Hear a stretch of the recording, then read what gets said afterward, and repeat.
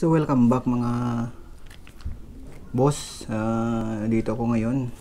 Kung yung papansin nyo, makikita nyo dyan, dito ako sa loob ng kwarto kasi medyo maingay doon sa baba.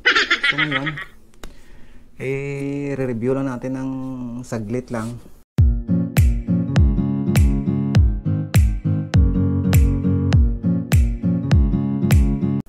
Hindi naman to unboxing mga brad. So ito pala siya, oh. Itong ilaw natin, ito ay Octopus.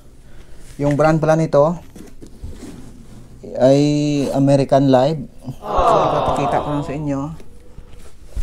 Reviewin natin to. Unplug muna natin, plug in. So makikita mo dyan, pag plug in, nag-iikot siya, naglo-loading. Tapos dito sa baba mayroon din tong display dito. Makikita mo dyan, mayroon kang makikitang menu up and down dito. Tapos LCD display, siyempre makikita mo dyan. Saka enter. Meron ka ditong pagpapilian tulad nito, yung menu. Tapos kung naka sound ka o automatic, may mga numbering din ito. Ayan.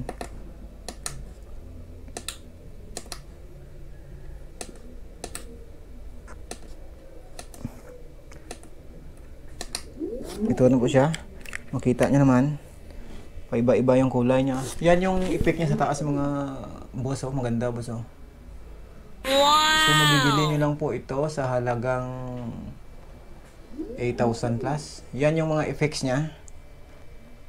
So bumili ako nito ng isang piraso. So mga boss, shout out pala sa bumili nito, si yung kapatid ko, si Jirek, at saka yung kapatid ko ng isa, Frederick. Ito yung binili nila. So papakita ko lang yung mga effects niya. Yan po, paiba-iba. Mayroon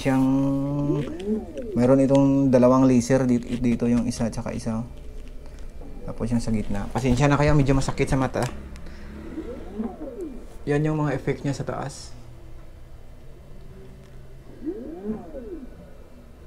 Kung isa sound active mo rin, pwede rin siya. Pero gusto niya nito yung malakas na malakas talaga na sound.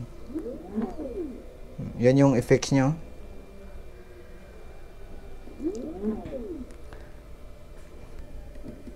Ito pa yung LED Octopus. Maganda din to kung gagamitin mo sa meron kang mga event. Maganda pag mayroon kang mga dalawang piraso nito. So affordable naman siya mga brad. Yung brand po niya ay American Live. So palit-palitan mo na lang dito ng effects. Yan Yan. Yan yung mga effects niya, Yan, makikita niyo dyan, Mayroon siyang 6 na piraso na bulb sa gilid, tapos sa gitna 4, yung rotate, tapos dalawang laser, green